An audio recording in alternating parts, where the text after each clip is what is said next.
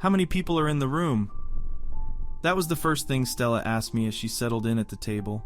I looked around the diner. It was 2 a.m. The place was mostly empty. What do you mean? How many people are in here right now? Besides us, she said. Maybe 5, 6, I replied. Stella's lips trembled.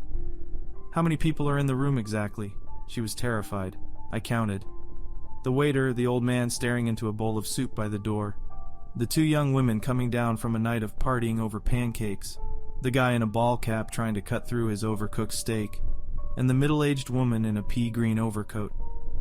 6, I said. 6 people. Stella instantly relaxed. Thank you. Stella and I hadn't seen each other in 5 months.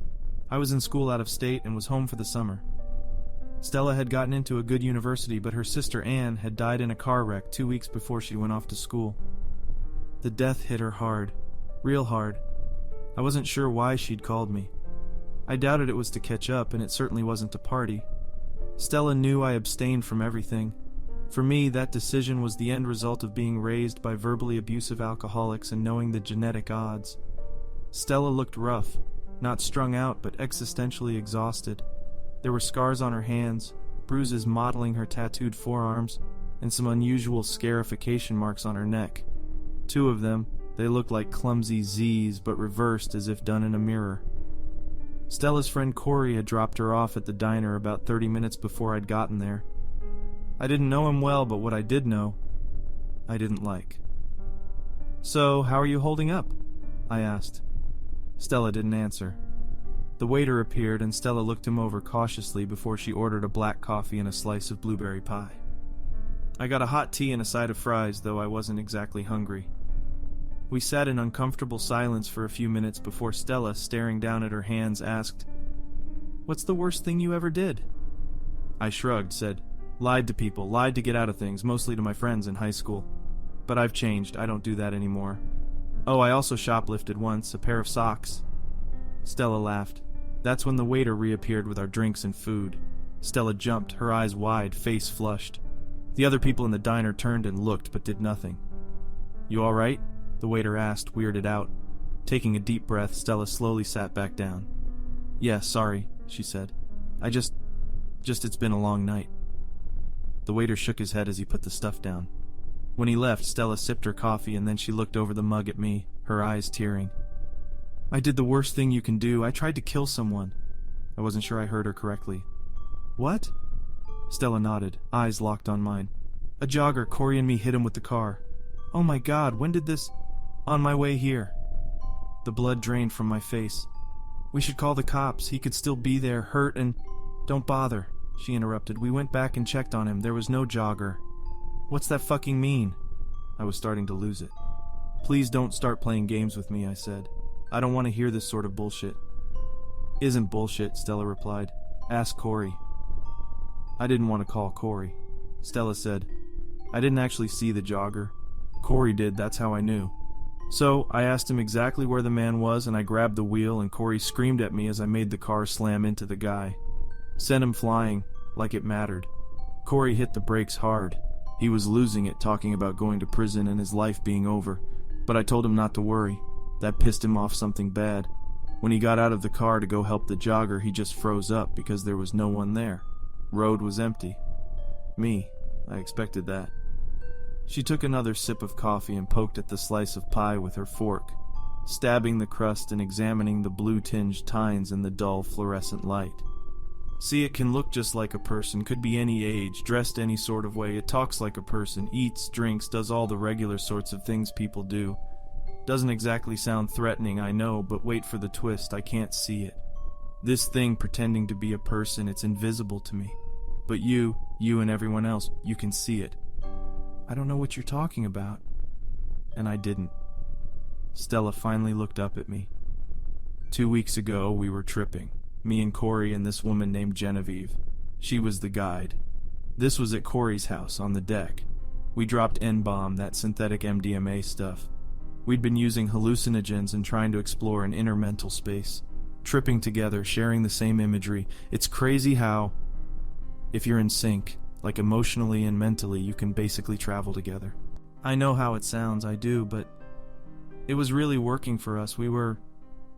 I'd guess you'd describe it something like astral traveling. We'd built this architecture, this city in our minds, and then explored it. Mostly it was made of shifting, beautiful buildings, structures that rose over us like mountain ranges. And, in this mental city, that's where we came across it. The diner door chimed as the two young women having pancakes left. Stella watched them go, then turned back to me. I didn't need an explanation. "There are 4 people in here now," I said. She nodded, sipped more coffee, and then continued. "Well, this night we traveled deeper into the city than we'd ever been before. We ended up in a tower, had a spiral staircase. We all went up to the top floor and found a locked door." "You're all seeing the same thing?" I interrupted, not buying the experience. "Yes." Stella's demeanor had intensified. The twitchiness melted away. "We all saw it." "Okay. So we get to this door. It's a metal door. Dented, but from the inside. Bulging out, like someone was kicking the door, trying to smash it down. Genevieve, she got scared. Told us to not open that door, to stay far away from it. She said a voyager was on the other side." "Voyager?" That's what Genevieve called it. Being a guide, she knew the sort of constructions we were exploring. She'd seen doors like this one, and she'd been warned about the voyagers. The way she told it, they were like us. Explorers in inner space, but not from our reality. From another one, a bad one. But long story short, I opened the door. "Why would you do that?" Stella stirred her coffee, lost in thought for a second. As she did, one of the cooks quietly came out from the kitchen and sat at the counter. He flicked through a newspaper someone had left and glanced over at me. He nodded, gave a little smile. I wondered if he'd made the fries I wasn't eating. "After Corey and Genevieve drifted away," Stella continued, still staring at her drink, "I heard a voice on the other side of the door. My sister's voice. She was begging, pleading with me to let her out. I swear it was her. So I opened that metal door. Feeling the stare of the cook, I ate a few of the fries. They were cold, soggy. What happened? I asked Stella. When I opened it, something suddenly brushed past me. Something clammy, cold. It touched me very briefly. There was pain." Stella unconsciously motioned to the Z scars on her neck, then continued. "Anyway, there wasn't a room on the other side of the door, just a void, a deep emptiness. When the trip was over, I immediately felt a change. I felt like I was being watched. The whole rest of that night, the next day, the next week, something was following me. A shadow, a presence. And I knew, I just deep in my gut knew, that if it caught up with me, if it touched me again, I would die." She kept stabbing at her slice of pie, breaking the crust, letting the congealed blueberries slowly tumble out in a little landslide of jelly. "You told me that you can't see this thing, Stella?" The door to the diner opened and 2 men in work overalls walked in, each holding a hard hat, their clothes dusty. Stella suddenly straightened in her chair. "2 men just walked into the diner, right?" I nodded. "Yeah, just those 2 guys." Stella settled. "Why me?" I asked. "Why did you want to meet, to tell me this?" Stella smiled, first time she'd done that all night. "Because I knew you'd believe me." I swallowed hard, my throat suddenly impossibly dry. "You've been a good friend." Stella blinked away, welling emotion. "In high school, when things got bad, with boyfriends or assholes, you were the one I could confide in. The one that trusted me. The one that no matter what I did, no matter how stupid it was, you were there for me. A shoulder to cry on, a hand to hold." And she reached across the table and took my hand, squeezed it, tight. Truth was, I'd had a crush on Stella most of high school. She was a friend for sure, and for a while a good friend. I liked being that rock for her.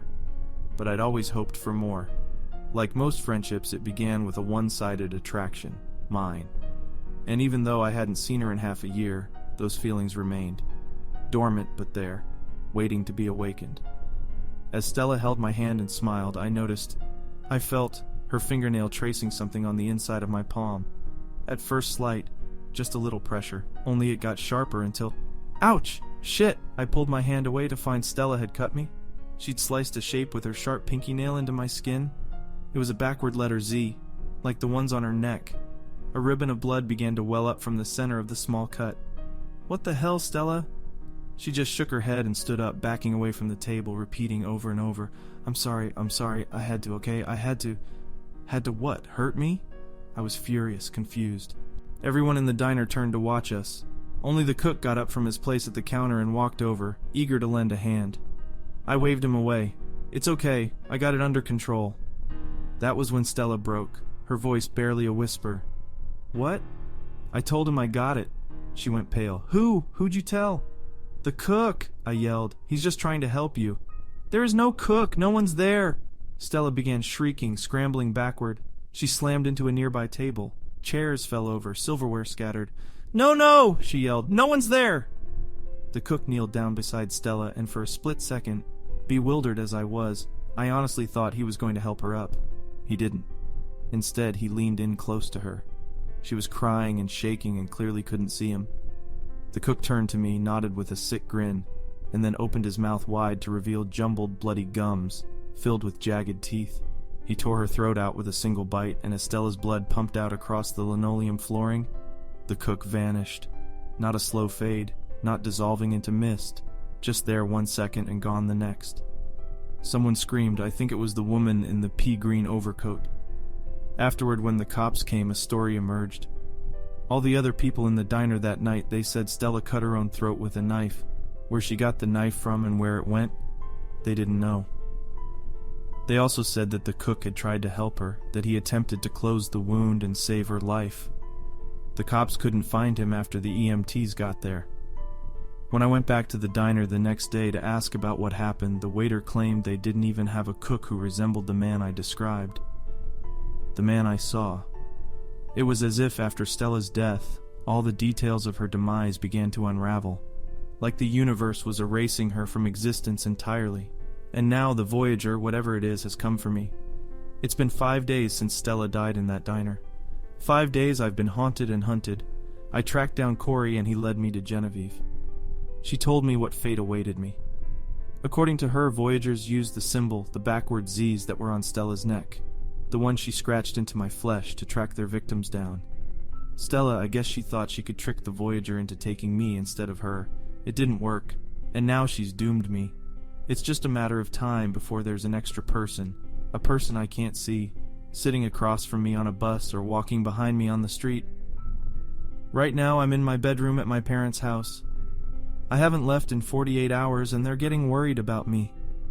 They'd heard I lost a friend, though they can't seem to recall anyone named Stella going to high school with me, and so they're being compassionate and letting me stay cooped up. But they've told me I've had visitors. Folks stopping by unannounced.